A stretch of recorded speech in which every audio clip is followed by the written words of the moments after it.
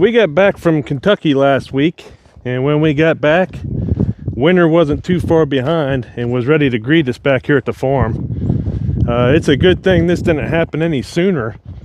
If it would have happened last week, Kelsey wouldn't have been able to go with me because, you know, it's supposed to get down to almost single digits, and she would have had to stay and keep the fire going to keep the pipes from freezing in the house.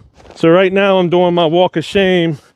Got my Echo chainsaw, Timberwolf, and I'm getting ready to cut some firewood because I have run out of firewood again.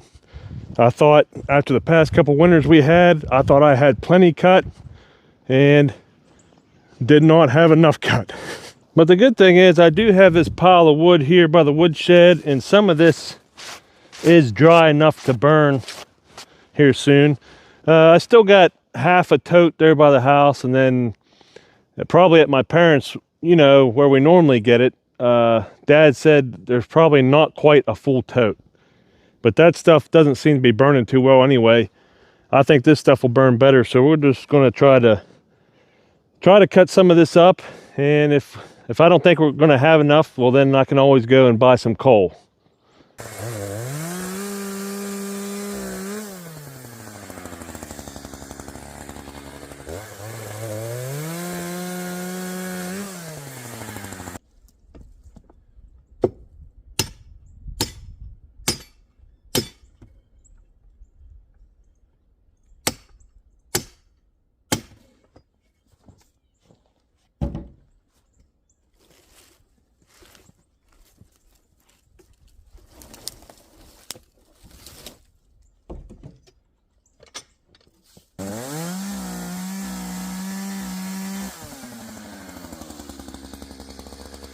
So normally this time of year we're getting ready to cut and split firewood for next winter. So right now the Rugged Maid is at my parents' house and I don't have the splitter here, but the good news is we got some dry firewood here.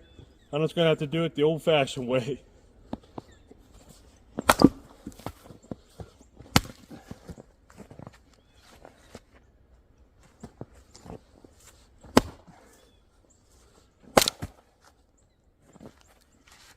Alright, so there's what I've cut up in about half an hour, and that's some dry stuff that we can burn now once the snow gets off of it.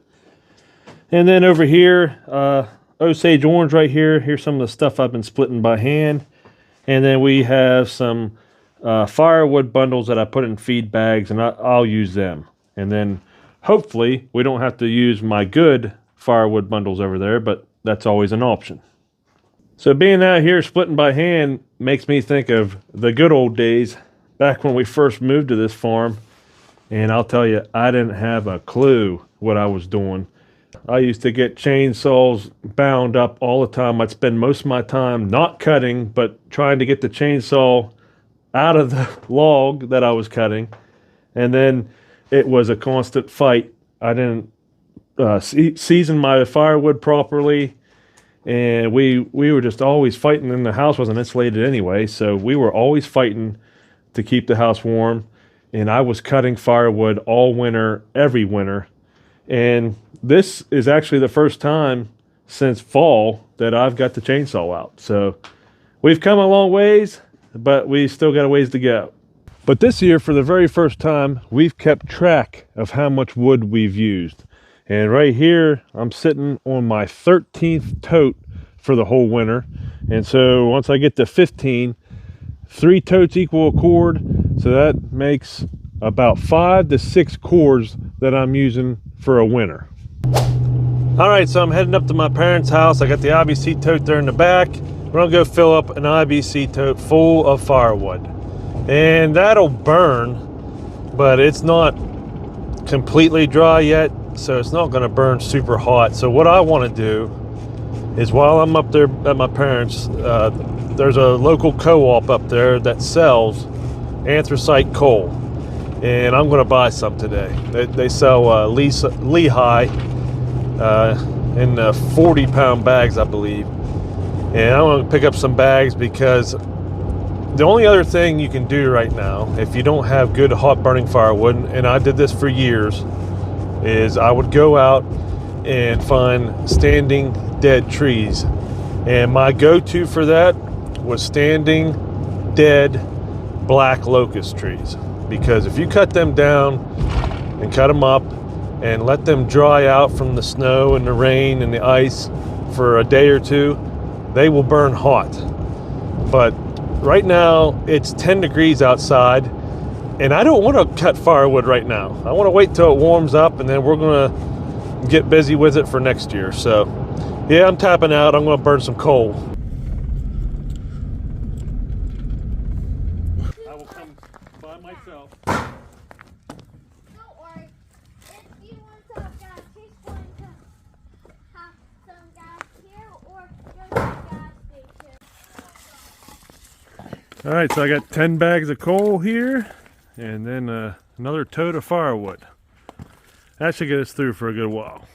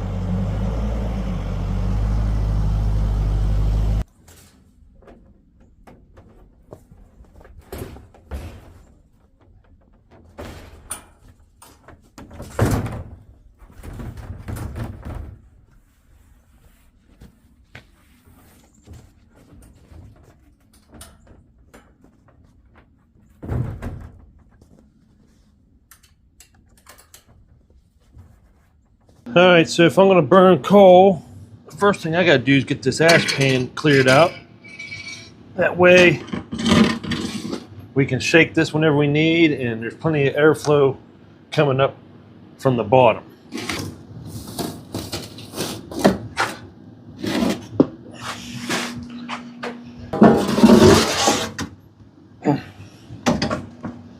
And then I'm gonna shake a lot of this ash out till I just got some coals.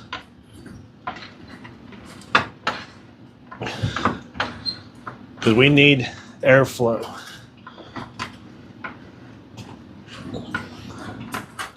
And there we got a nice coal bed ready to start our coal fire.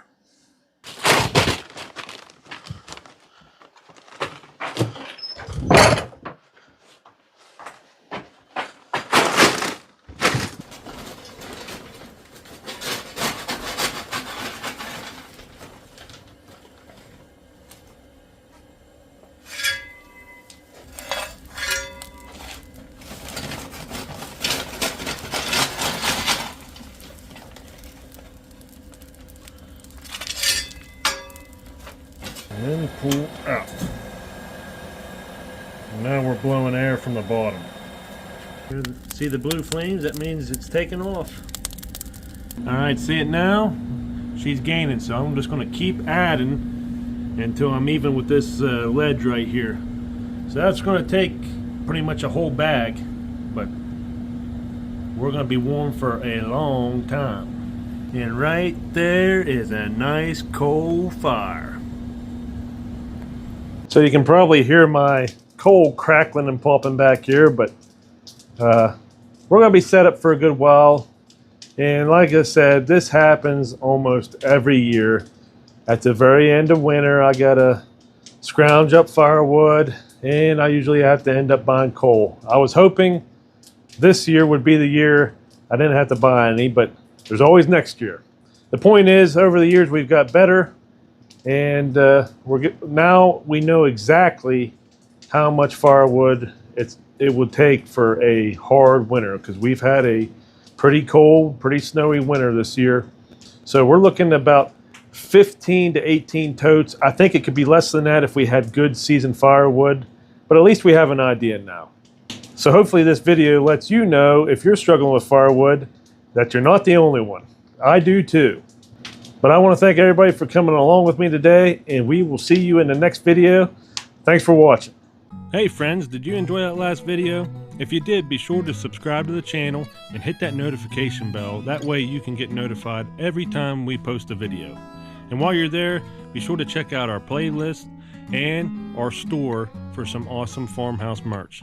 We appreciate every single one of you. Thank you.